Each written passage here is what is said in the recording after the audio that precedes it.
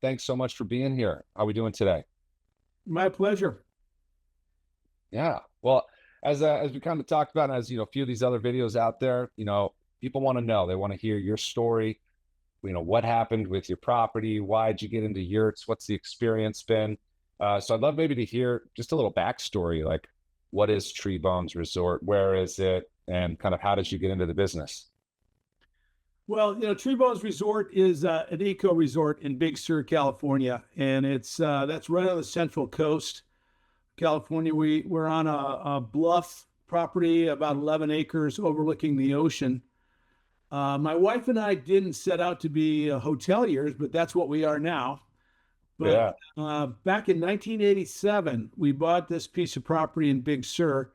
And a year after we bought it, it got rezoned commercial, and actually specifically visitor serving commercial. So Huh. it's a commercial application that serves the visiting public. So a lot of our friends and family go, well, that's great. Now sell this property, take the profit and run. Yeah. We changed our dream. We originally bought it that we would someday retire here, and where would we want to live if we didn't have to work in the city or whatever? It's a Um, good spot. That's for yeah, it's a sure. beautiful spot. Yeah. But we changed our dream, and one of the things that we thought about when we were trying to figure out what we would do as far as lodging goes is I was traveling on business a lot. Mattel Toys was the company I worked for. I was in design. Awesome. And hey, staying at a hotel was not a that was not a vacation for me because it's like a little miniature version of your house Right. and inconvenient and everything else. So for a lot of people, going to a hotel, that's great, but for me, it wasn't. I wanted us to do something that was different, that would kind of redefine hotel room. The word glamping didn't exist at that time. Eco No, you're right. Yeah, ecotourism wasn't a thing. It was there, but not a big deal. But when we started laying out what we wanted to do on the property, and we wanted to redefine the word hotel room and make it an experience, we started exploring tents, and we started exploring all kinds of different shelters. We got that book Shelter. I don't know if you're familiar I've with. seen it. Yeah, it's a Yeah. big, cool book from the 60s or 70s, and they have yurts in there, but they have all kinds of other things. And we just had the sky was the limit. But one of the things that we decided we wanted to do, whatever we did, we wanted to perch lightly on the land. So we didn't want to like have to build a bunch of big foundations and tear the landscape. Right. The place that we own in Big Sur had never been built on.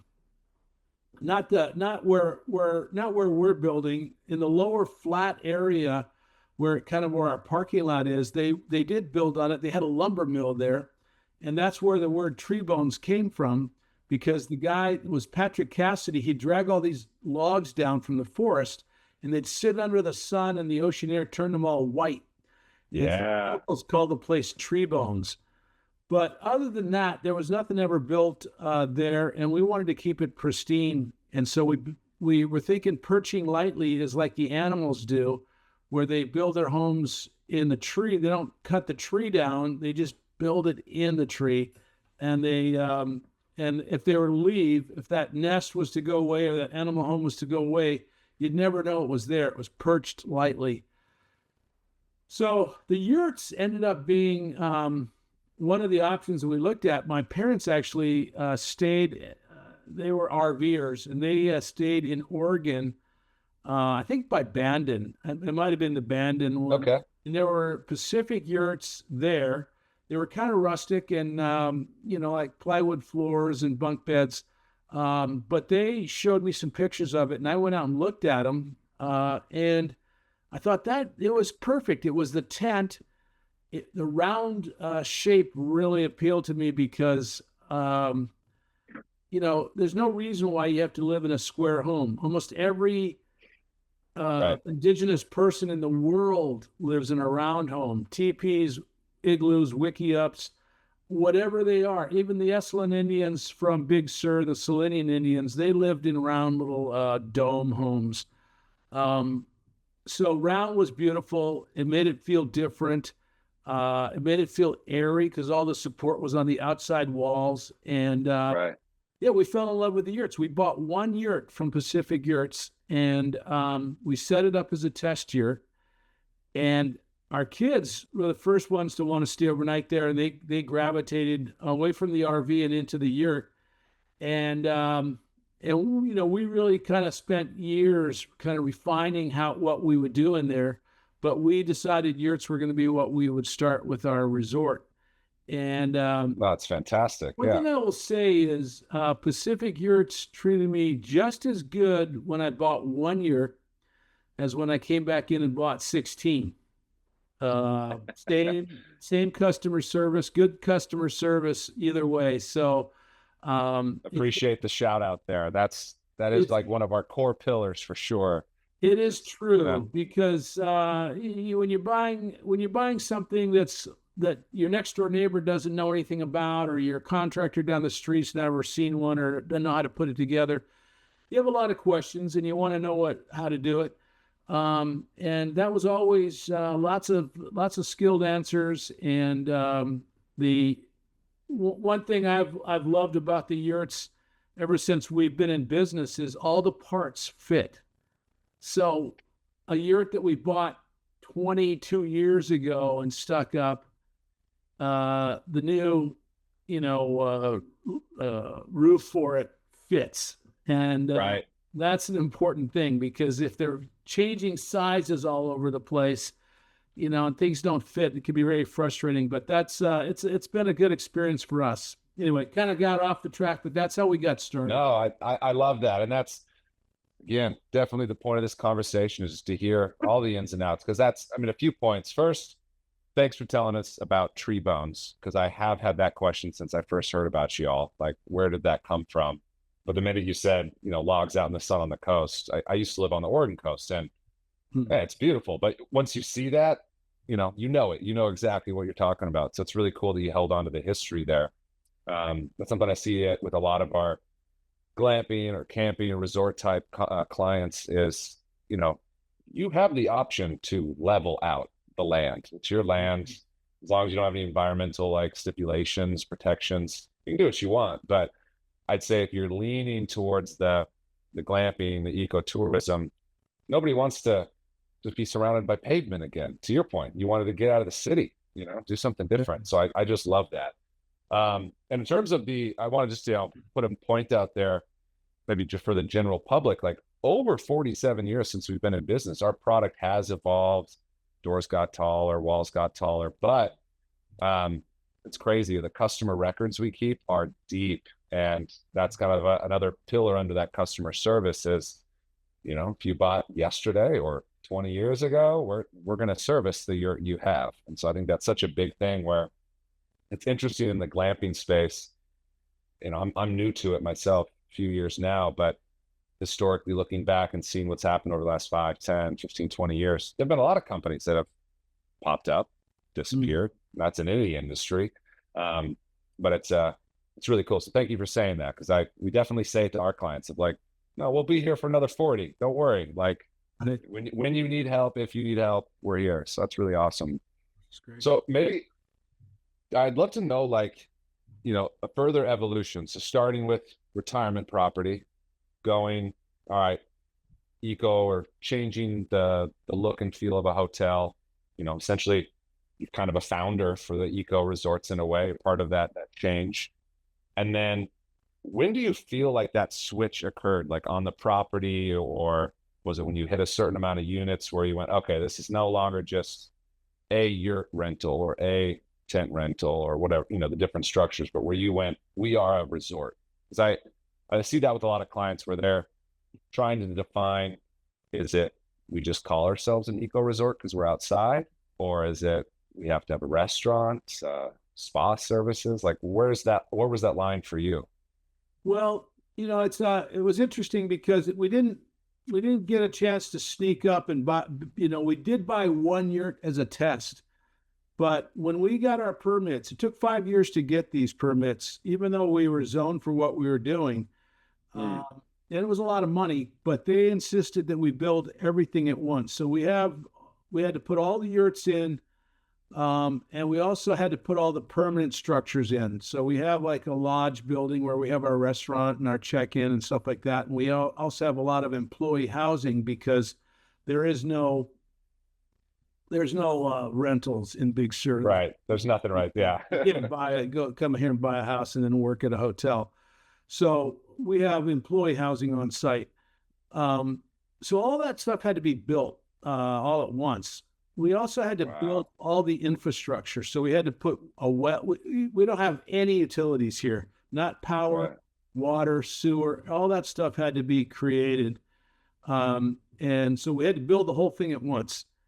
Wow. When we didn't, the word glamping didn't exist.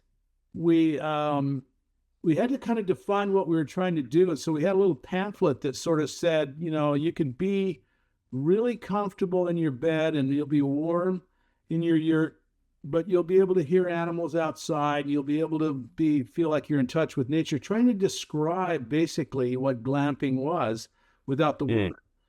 And then as far as ecotourism goes, we've always been environmentally friendly as a family. We made a lot of choices. Like if we had to generate our own power, we decided to do it in the most environmentally friendly way possible. So we did put in solar panels where we could, but we also chose a generator system that was called a micro turbine, developed in California, Capstone turbines. And they weren't piston engines. Most of the hotels in Big Sur have diesel engines. These were turbines. They burned super clean. And in fact, the Monterey Air Quality Board waived our permit fees for the generator itself because they're so happy we were using that technology. But No way. Choices basically not for economic reasons. We didn't know that there was a whole bunch of people that felt the same way we did. But once we opened, people defined us as an eco resort. That's great. The people that were there were basically saying, "Oh, this is an eco resort. It's off the grid. It's using a low impact housing, the yurts." And we found out that people are being inspired by staying at Treebones. We have an organic garden. When we first built it, there was no way to recycle plastic or bottles or anything. There was no program to pick it up. So we bought a bunch of recycling bins and a big trailer, and we would haul it, to the recycling center ourselves back in those days. But we didn't even know if the guest even noticed, or we weren't publicizing it, but we realized it's so important to people. To some people, to stay in a place that is got a low carbon footprint, that's environmentally friendly. The yurts, just by their nature, are that way because they use a minimum of materials, basically. Yeah. And they're lightweight structures. In our case, we had to build concrete pylons and everything. We had to actually build a foundation that would support the same size house because there was no building code that would allow for the lightweight yurt. But if someone's putting one up at their house, really the foundation is minimal because the weight's minimum. You can haul a 20-foot yurt in the back of your pickup truck and set it up. John, I was just about to say that. I can't tell you how many times, I've got clients, they're almost clients, like, okay, we're going to pick it up or pick it up at a terminal. And they're like, what, how big of a trailer? And when it's a 20-foot, I say it. I say you can fit in the back of a pickup truck. I don't think anyone believes me till I show them a picture and they see it all bundled up because they're seeing the yurt. They see the full structure in their mind and they're like, there's no way. But I think that's such a cool factor of the product itself. Just I'm going to use that one, that it's a low amount of materials, versus the square footage you're getting relatively in comparison to like a stick build or something like that. Yeah.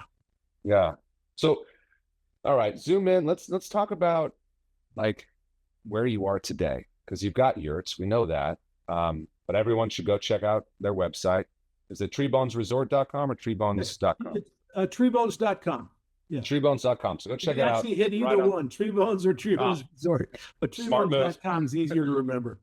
Yeah, but yeah, check it out. Check out the banner. I mean, just amazing photos right off the bat.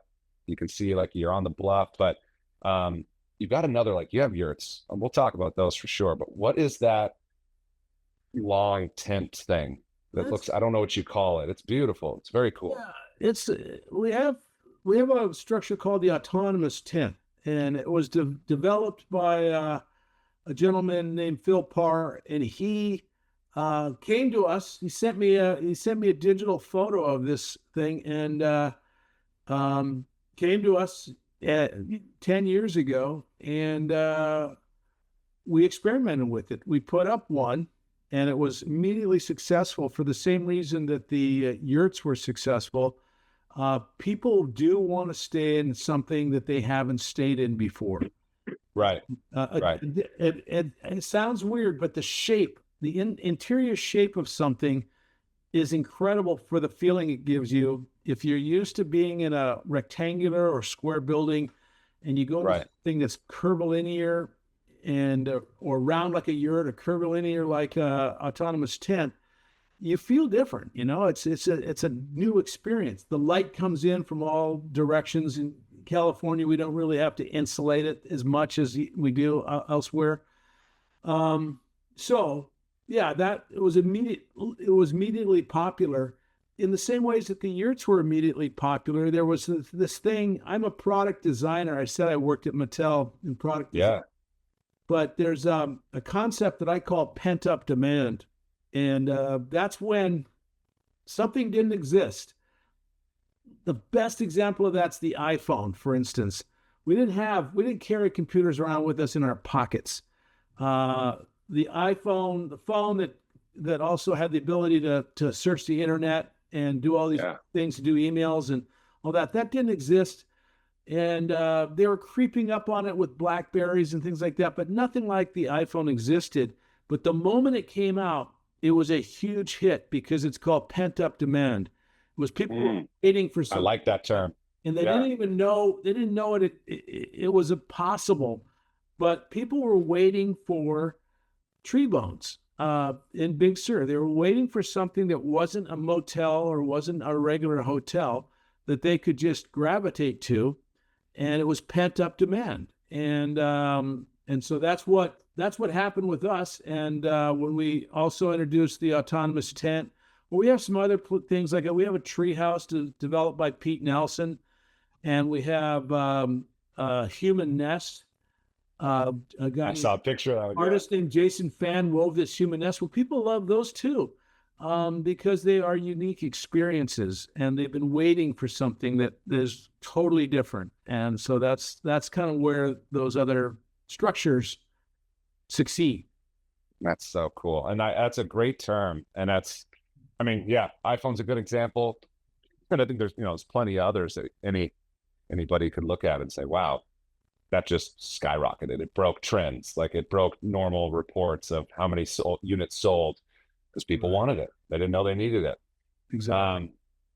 So maybe with your business. So been in business for a while. I always like prior. I jumped on your booking site, and I know you're closed right now, but this was prior in the year when you were open. It's very hard to book there. You even say on the website, I think like yurts and tents, like book 6 months in advance or something like that. Am I correct?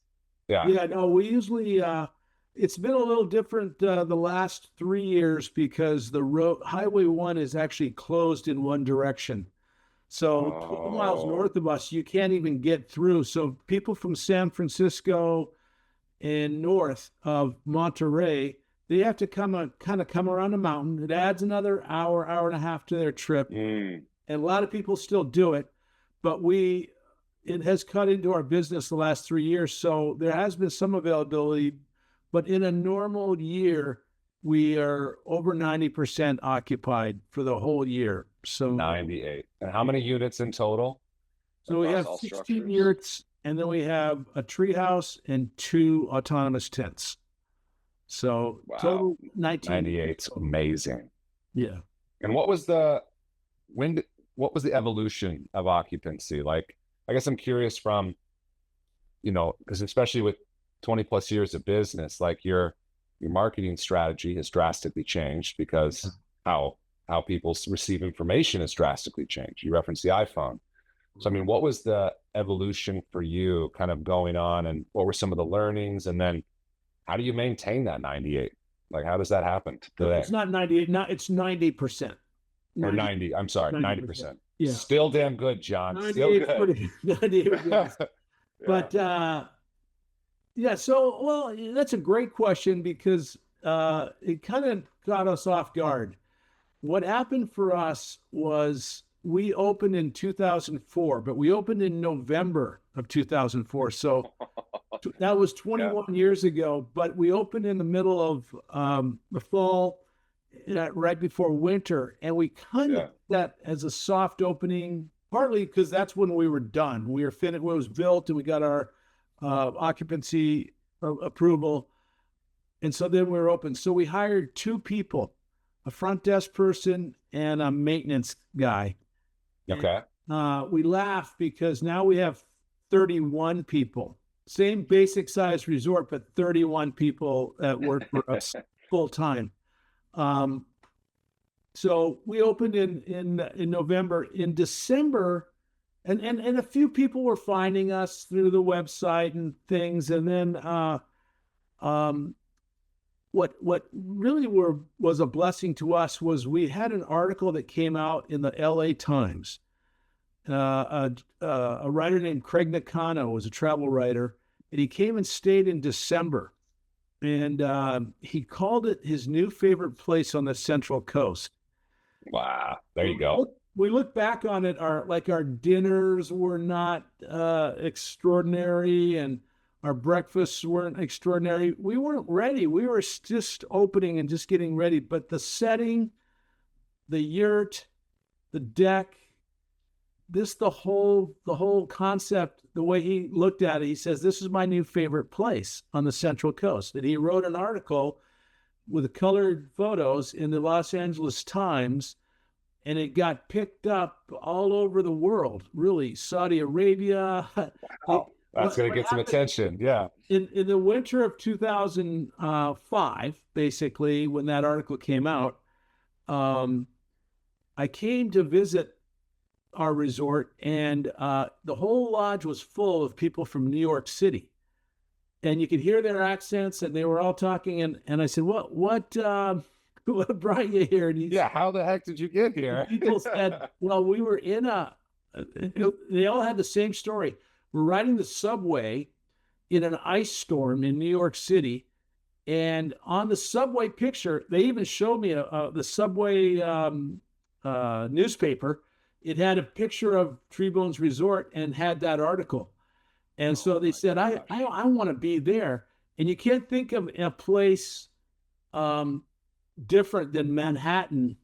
At that time of year, especially. Oh my gosh. Everything. Yeah. Like all the buildings there are concrete and stone and steel. And here they're all soft, and round, and you're sitting on the ocean. And the winters actually here can be beautiful. They can be warm.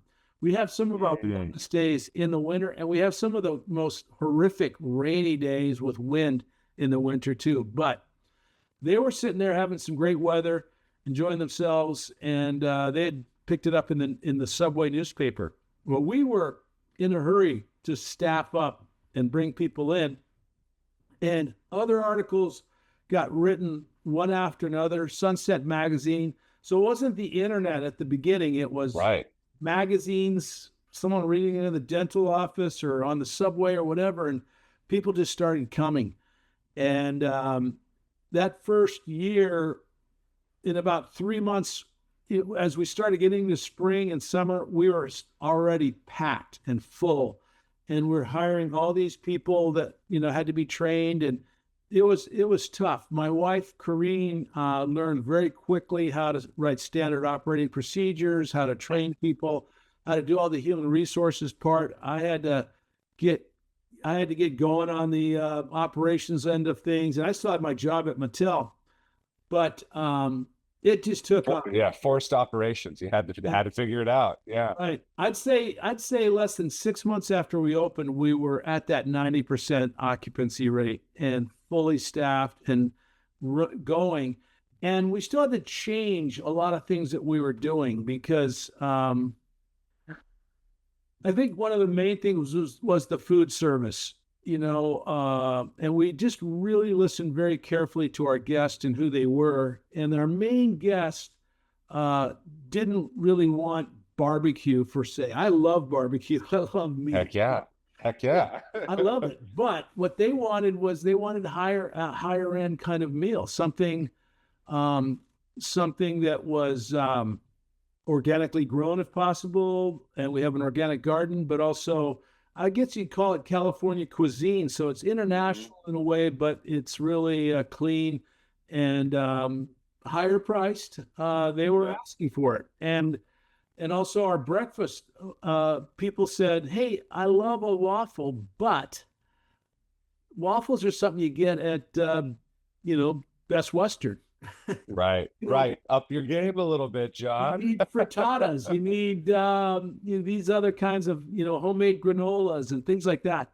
So Yeah. we had to change our game. We had to up our game, and it took a while to get the food part right. But now we have omakase sushi. We have a price fixed main lodge dinner with multi courses, and we put a lot of care and love into the food part of things as well as the lodging.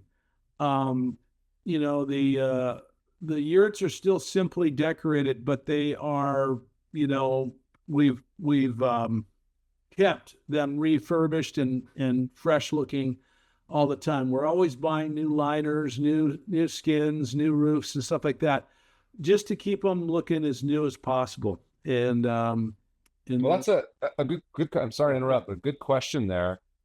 You had yurts from the beginning.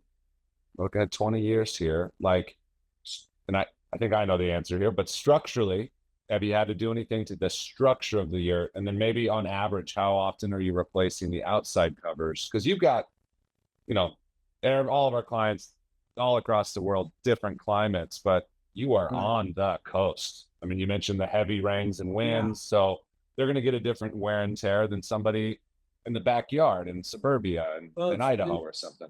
it's really interesting because your background right now. I don't know if people can see it, but you've got one of our yurts in your background. We Yeah, have you have a Kyrgyzstani rug on the headboard.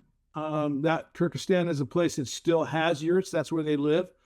cool. Um, and I would say the yurt that you're looking at is the structure is was the same structure we put in 20 years ago. So the lattice walls and all the roof struts and all those things are all the same. They haven't changed. They haven't been damaged. Nothing's happened to them. We haven't had any of them break or have a problem. There's a big Awesome. cable that runs around the roof, and that holds everything in place. And I say that in awe because we've had 80-mile-an-hour winds sustained. That's almost like a low-level hurricane or at least a tropical Yeah. storm. But we've had lots of those in 20 years.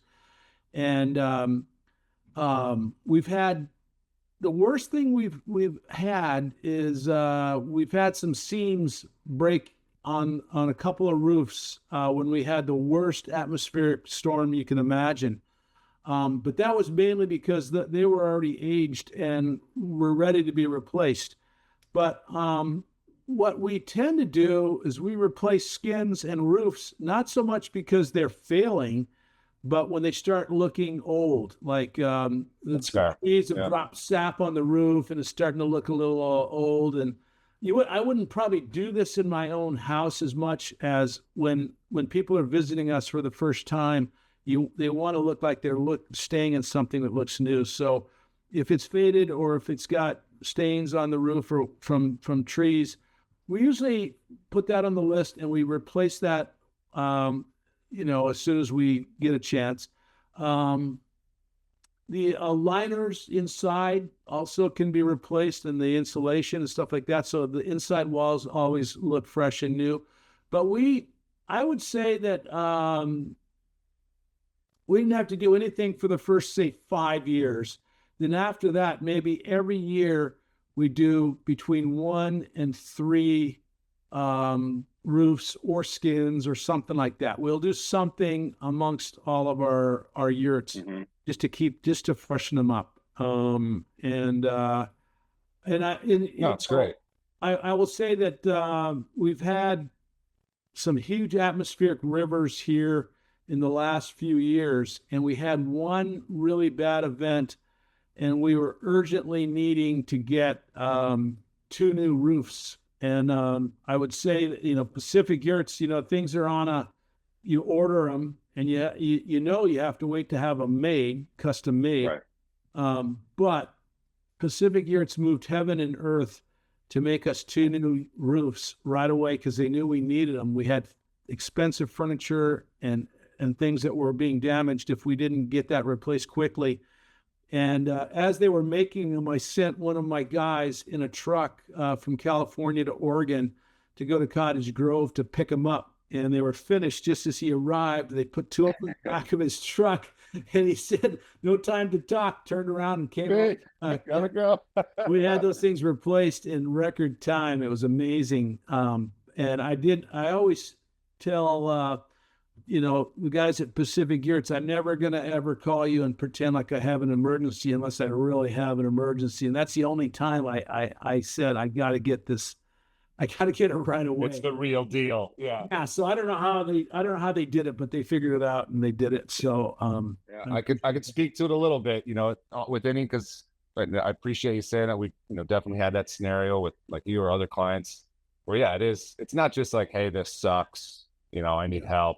I can wait 3 to 4 weeks. This is going to be a very expensive, issue. Yeah, sure. And, excuse me, sometimes it does take us like calling people we're making the yurts for already. We get up and say, "Hey, can we punch you out a few days?" And what I think is great, not to get whatever you want to call it, but there is a yurt community, right? I feel like when someone says, "Yes, I'm getting into buying a yurt," it's a certain type of people. I mean, maybe 10, 20% are just to get the money out of it, but there's a lot. They're like, no, they want it because they get it. It fits what they're trying to do.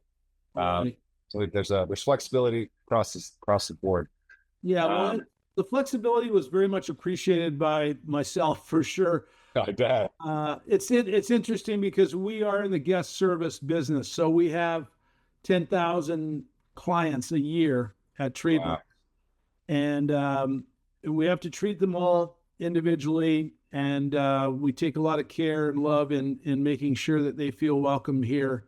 And some of them have special needs, and some of them have things that go wrong that we have to rectify and make right. And it feels awfully good when our partners, the people that work with us, have the same attitude, because we definitely have to have it every day with our customers, and you guys have the same. So, no, thanks, John. Yeah. I like when someone picks up the phone and knows who they're talking to, both ways. I know who I'm talking to. I call and talk to you. But I also, the same goes for when, you call me and you know who I am. Yeah. Well, it makes all the difference in business. That's for sure. Right. Yeah. I remember that one time my sons and I went to pick up a boat that we had purchased in Washington State. And so we're driving. We thought we were going to drive all the way through, and it's 18 hours or so, and couldn't do it, getting too tired. Pulled into a little town in Oregon and checked into a hotel, and I go, this sounds familiar, this town, Cottage Grove. And so my sons, I go, I can't figure out why it sounds familiar. And then I realized, oh, shoot, I think Pacific Yurts is here. I never been to Pacific Yurts. We had always had all the stuff shipped here and stuff. But so I looked it up in the phone book, and sure enough, it was there. And I called just to see if we could stop by and have a little tour. And when I got there, I was just so delighted because Alan was there, and and they rolled out the red carpet for us, and it was such a beautiful time. My boys still remember. They're in their 30s now, but they gave us little Pacific Yurts Swiss Army knives, and they gave us a tour of the factory, and it was just so beautiful. So it was really how cool is that? Fun. I love hearing that. I mean, that's I love it when people come to visit us. Like, and we it's funny, we sometimes get calls where people are like, "Hey, can I come? Is that okay?" And we're like, Yeah. "Gosh, yes." Like, stop by, check them out. I mean, on a good day, especially beautiful summer day, and I've been here, and there's, in and out 5, 10 different groups of people that are just like, I've always wanted to stop by. We just had lunch, just checking it out, and it's so fun. And really to kind of see the reaction from people, especially if they've only seen your pictures, Yeah. and then to see them in one, they're like, oh, whoa, this, to your point earlier, like, it is a feeling. Like, you Yeah, I come in, know. you're like, oh, it's there. Yeah, you have the yurts on the grounds, but also it's a factory. It's not, I know you don't Yeah. make everything there, and send a lot of the fabric stuff out and things like that, but you guys are making yurts. Um, it's not, nowadays, it's not that common to see factories in the United States. So Right. it's off to you. You're employing Americans making products right here in the USA. Handmade. Yeah. It's nice. There's sometimes I talk with clients, especially when it comes to like the doors or something like that. And they're like, well, where are you guys getting these? Where are you shipping them in from? I'm like, no, they're made a couple 100 feet that way, Yep. by hand, by Mike. It's happening Right. right over there. That's right. So it's pretty cool. Well, hey, you told me a lot of like good stuff, and I'm not digging here, but were there any issues you ran into the yurts? I mean, you mentioned some of the damage from weather, but whether during the build or I guess just overall the process, a lot of people that watch these are looking for like, tips or tricks or things to watch out for. So is there anything you would have done differently? Like look in retrospect, looking back? Well, yeah, there's things that we evolved. I would say that like for instance, the floor in a year is an important thing. When you go on your website, it's really you have the basic structure, but what you put on the floor is up to you. I would say that I had a contractor that when we were building the whole place that he had a concept for the floor, and it worked out really, really well to a degree. And his concept was to use tongue and groove 2-inch pine. And so there'd be no subfloor. The subfloor would be the finished floor. And was a really good contractor, and his idea was great. And we sanded the floor and varnished it, and it was great. It was great. It was very durable. But one of the things we also learned was, shoot, that pine starts to get yellowy looking, kind of oldy. Right.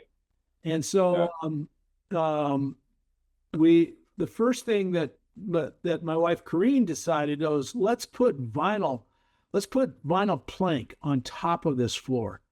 And that did not work well for us in our environment, partly because the drastic temperature changes made the vinyl planking buckle. We went right back to the pine floor, and we called in a floor specialist, and he created a special stain that had just the right level of gray and brown for us. He made a special stain, sanded the whole floor, went on top of the pine with a nice stain so it didn't have that yellowy old-fashioned look, and then put a really durable varnish on it. That actually worked well. So, I mean, that was an experiment that that didn't, the vinyl planking didn't work for us. It might work for other people, but did not work for us. The other one was the windows. We struggled where we are with the windows. So some of the yurts, the older windows had you probably still sell it, has the Velcro, and Yep. and snaps, and you put the windows on. And some of our yurts, that was perfectly good. The ones that had shade at least part of the day. But there was other yurts that the sun just beat on those windows all the time. And that Velcro just deteriorated, and then it wouldn't seal up, and it became an issue. And then several years ago, you guys came out with the real glass windows. For us, that was a game changer because it's a commercial place. So, really, those Velcro windows wouldn't really have a problem if people would just leave them alone. But what they would do is Not going to happen. you'd open them up and expose the Velcro to the sunlight, and that would deteriorate it. So they would cause the problem. And you can't control what people are going to do. They're going to do what they're going to do. But the windows are great because they slide open. People are used to, it's more like what they're used to, and they can see out of them better. And for us, that took away we've replaced all of them now with those kind of windows. And that took away a level of frustration that we were having. Well, that makes sense. I mean, frustration and maintenance. So I work a lot with like our commercial clients, and there's always the balance between budget now versus long-term budget when it comes to replacement costs, maintenance, cleaning, all that. And glass windows is at the top of the list of, hey, if this is a long-term asset for you and you're renting to people, the glass windows are going to save so much trouble. Because to your point, opening, because for everyone who doesn't know, if you don't have the glass windows, you have to exit the yurt to open that window. It's all on the outside. And so now you're talking about either a level site or exterior decking. So that's a big one. I mean, even I wasn't here with the evolution of this, but I know the Velcro, it definitely has gone through iterations over time, heavier duty Velcro. And now we have if the window's open, there's another piece of Velcro you can put over UV liner essentially to cover the Velcro when the window's open. Yeah. But again, if you're renting to someone, it's pretty hard to tell a renter who's paying $100 to $500 a night, say, hey, when you open that window, can you also add this Velcro strip and go tuck the window away nicely? It's never going to happen. It's never going to happen. Right. And I mean, even when it comes to heating yurts, I have some clients that are much more rural, and they're going, hey, I want to put a wood stove. It's so romantic. I was like, okay, how many people that today can start a fire or know what a flume is and can deal with that properly? Like, and that is that's the other thing that was interesting is our first test yurt. We said, all right, let's get that gasket or that plate that you can get, and let's put our wood burning stove in here. It'd be perfect. And so part of our test was to have people come up and stay in the yurt, friends of ours, without us being there, so that they could just sort of go there and see how the real test. Yeah. Real test. So the wood burning stove was set up where we had cut all the kindling, and we had the fire starter, the kindling, the regular logs, and we set it up in the stove so they had the example of what it could be like. Then we had written instructions that said, light the match, light the paper, wait 5 minutes until the fire has started burning, close the door, and then slowly turn the dampers down until the flame is just enough to heat your yurt, and it'll keep it warm all night. Well, my friends are, educated people. They're professionals. They seem capable in their lives, but not one of them could do it correctly. Not one. Not with all that instruction. They didn't pay any attention. Yeah. Did turn it all the way up. It'd get super hot, and then they'd freeze all night because the fire wouldn't keep going. Right. Smoke them completely out because they closed it too fast or whatever. And we were pretty sure that one of them was going to light this thing on fire and burn it completely to the ground. So that was the general public, we would never expose them to lighting their own fire in the yurt. I'm sure it's possible somewhere, but not at my place. It was just not gonna... Yeah. Oh, that's totally fair. We have clients that, I think even one of our previous videos, his name's Dan, same kind of thing. Now he's got, instructions, a video, but his yurt is on the same properties where him and his partner live. Yeah. And I actually asked him a similar question, and he goes, yeah, but like, I make it very clear, like, if you don't feel confident, like, I will come start your fire. Like, that's but that's one yurt. You're talking 16, like, you can't do that. So is there a heating and cooling in them today? You rocking mini splits, or because of weather, you don't have to worry about it? We don't use many splits. There's probably 2 or 3 days in the year where we should have air conditioning in there. But we're off the grid. We're generating all our Right. power. So we have gas fireplaces and or gas heaters, depending on what Mhm. you're in. And they do a great job of keeping them warm. We have the insulation kit, but that's not R30 or anything like that. It's just Right. insulation in the It's a wall. reflective insulation. Yeah. It works, and I mean the heating system works for those yurts, um, and that no air conditioning needed just because of where we are. And that's the other thing too is I have had several through the years several people want to do an eco resort or a glamping facility in other countries, and they want to team up with me. They want to just do it with take a Treebones and franchise it basically. Mhm. But they almost invariably always want to do a yurt, no matter where they are. And this is great for you guys, but Send them our way. right. But I don't know that a yurt. I don't know that yurts are perfect for everywhere in the world. You know, they're easier to heat than they are to cool, and they also humidity would have a difference and things like that. But it as far as where I'm at on the ocean in the ocean environment and in California, the yurts are perfect for them. Yeah. I mean, they're awesome for that, and I'm sure they're great for a lot of other places. I'm just sort of saying that people go, hey, I'm in a rainforest in Peru, or whatever, and I want to build a yurt.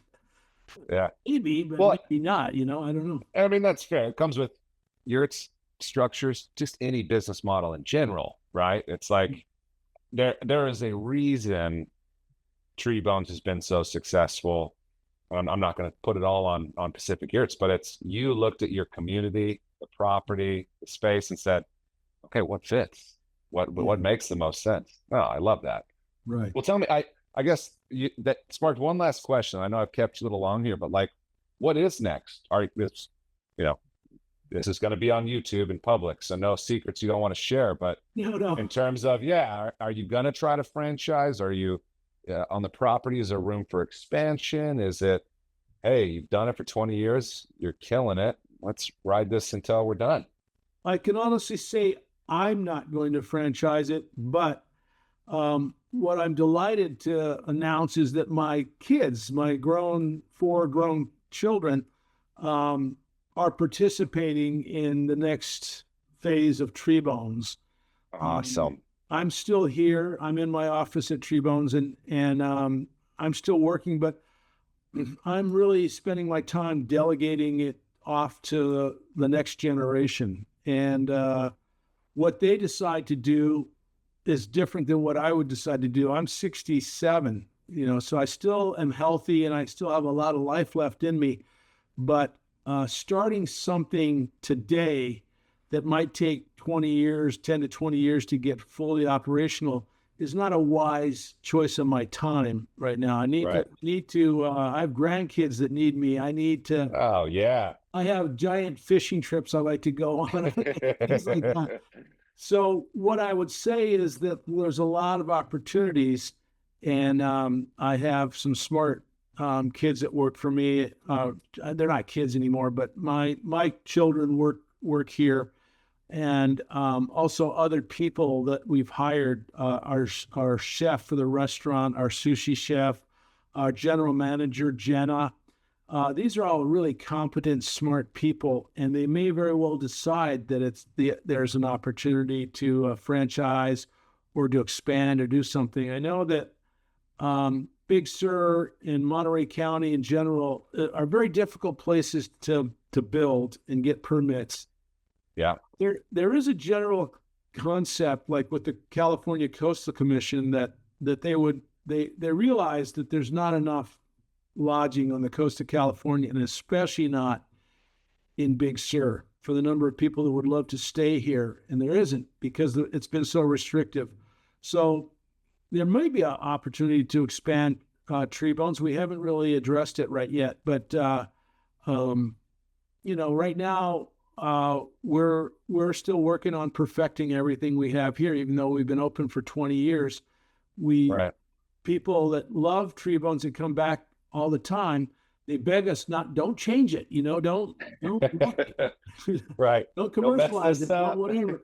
And I know what they're saying, and so we very carefully improve it without destroying what we have.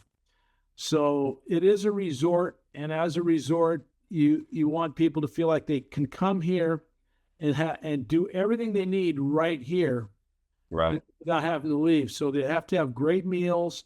There's yoga, there's massage, there's hikes, there's interpretive events, and things like that. So we have lots of room to maneuver with what we're doing. We've introduced concerts a few years ago, and they've been Yeah. successful. People have a chance to come from neighboring cities and drive up for the day and experience maybe a fully immersed concert. So it's artists are there, and people are selling things, and multiple performers are coming on the stage, but it takes place outdoors at Treebones.